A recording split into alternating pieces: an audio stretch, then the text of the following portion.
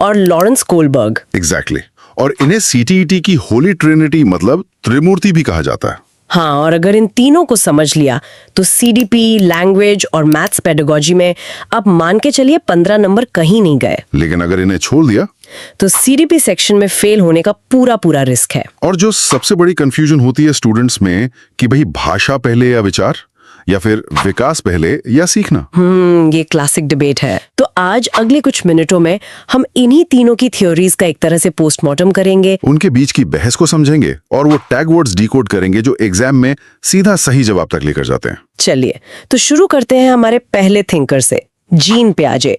इन्हें the radical constructivist यानी मौलिक संरचनावादी कहा जाता है। ओके, रेडिकल कंस्ट्रक्टिविस्ट, ये थोड़ा हैवी वर्ड है, इसका मतलब क्या हुआ? इसका सिंपल मतलब है कि पियाजे के लिए बच्चा एक नन्हा वैज्ञानिक है, अ लिटिल साइंटिस्ट। अच्छा, मतलब वो कोई खाली बर्तन नहीं है जिसमें हम ज्ञान भरते हैं। बिल्कुल नहीं, वो तो एक्टिवली मतलब सक्रिय रूप से दुनिया के साथ एक्सपेरिमेंट करके चीजों को तोड़ मोड़ के अपनी समझ खुद बनाता है। और यहीं पर उनका सबसे जरूरी पॉइंट आता है ना, विकास और सीखने को लेकर। हाँ, पियाजे के लिए डेवलपमेंट लीड्स लर्निंग, यानी विकास पहले होता है और अधिगम या सीखना उसके बाद। मतलब जैसे जैसे बच्चे की बायोलॉजिकल मैचुरेशन यानी जैविक परिपक्वता होती है। हाँ, जैसे जैसे उसका दिमाग उम्र के साथ डेवलप होता है वो नई चीजें सीखने के काबिल बनता है।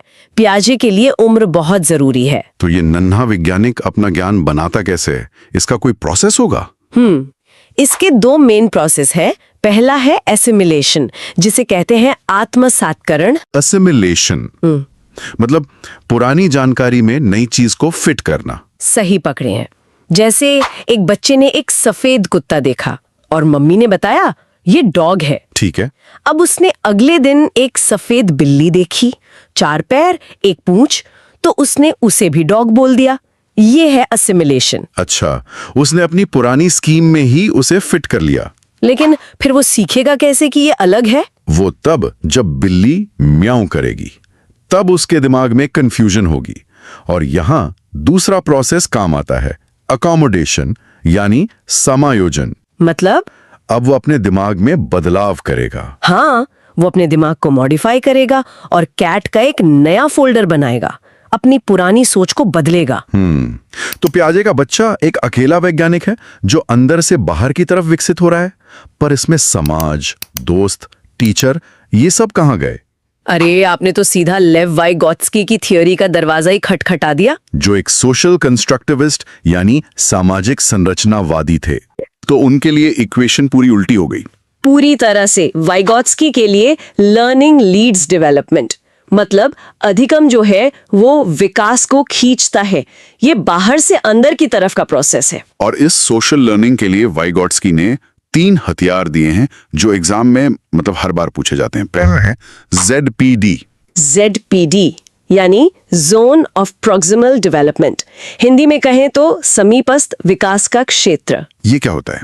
ये बस वो गैप है कि बच्चा अकेले क्या कर सकता है और किसी की मदद से क्या कर सकता है। उन दोनों के बीच का जो दायरा है वही सीखने का स्वीट स्पॉट है। अच्छा, और इस गैप को भरने के लिए जो मदद दी जाती है वो स्कैफोल्डिंग हुई, पौड़िया ढांचा। एग्जैक्टली, वो अस्थाई मदद, जैसे साइकिल सिखाते वक्त पापा पीछे से पकड़ते हैं और फिर छोड़ देते हैं। और जो मदद दे रहा है वो हो गया MKO, मोर नॉलेजेबल अदर। हाँ, अधिक ज्ञानी दूसरा, वो टीचर हो, माता पिता या कोई दोस्त भी हो सकता है। ठीक है, तो अब इन दोनों के बीच का सबसे बड़ा टकराव देखते हैं, भाषा और विचार पर।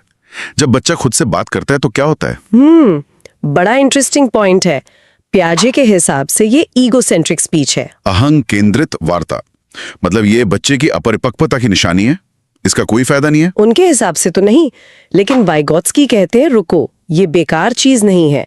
वो इसे कहते हैं प्राइवेट स्पीच यानी व्यक्तिगत वार्ता। और ये जरूरी क्यों है? क्योंकि इससे बच्चा अपने कामों को दिशा देता है, वो प्लानिंग करता है और सेल्फ रेगुलेशन यानी स्वनियमन सीखता है।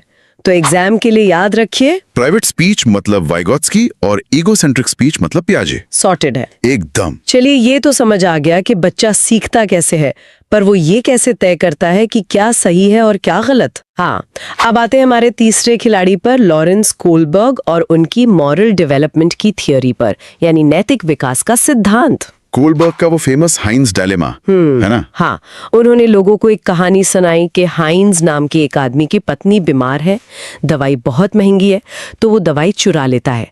सवाल ये था, क्या हाइंस ने सही किया? पर कोलबर्ग को हाँ या ना में इंटरेस्ट नहीं था। बिल्कुल नहीं, उन्हें तो उसके पीछे की रीजनिंग मतलब तर्क में इंटरेस्ट था कि कोई क्यों सोचता है कि ये सही है या गलत। तो इस तर्क के उन्होंने 3 लेवल बताए, राइट? हाँ, लेवल 1 है प्री कन्वेंशनल या पूर्व परंपरागत।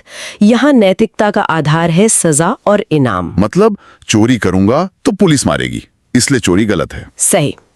फिर है लेवल 2 कन्वेंशनल यानी परंपरागत। यहाँ समाज को खुश करने की बात होती है, गुड बॉय गुड गर्ल वाली सोच। चोरी नहीं करूंगा क्योंकि अच्छे बच्चे ऐसा नहीं करते और लोग मुझे बुरा कहेंगे। बिल्कुल। और आखिर में आता है लेवल 3 पोस्ट कन्वेंशनल यानी उत्तर परंपरागत। यहाँ इंसान अपने खुद के नैतिक सिद्धांतों पर चलता है। हाँ, सार्वभौमिक नैतिक सिद्धांत, जैसे किसी की जान बचाना कानून तोड़ने से ज्यादा बड़ा सच है। लेकिन इस थ्योरी में एक बहुत बड़ा बट भी है, एक एग्जाम रियलिटी चेक।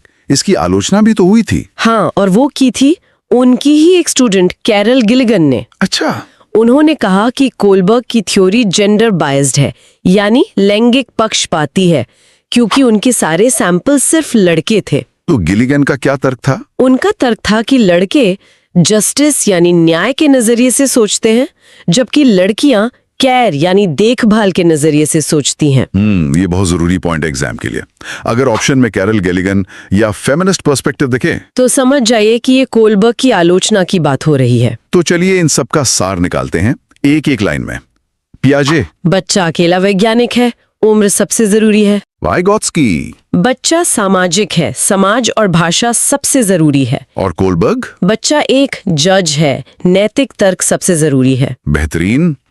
पर थ्योरी जानना एक बात है और उस पे सवाल हल करना दूसरी। बिल्कुल। तो एक सवाल देखते हैं। एक बच्चा अपने कामों को गाइड करने के लिए खुद से जोर जोर से बात कर रहा है, ये पियाजे हैं या वाइगॉट्स्की? वो अपने काम को दिशा दे रहा है, भाषा को एक टूल की तरह इस्तेमाल कर रहा है। तो ये तो वाइगॉट्स्की की प्राइवेट स्पीच हुई। एग्जैक्टली सही।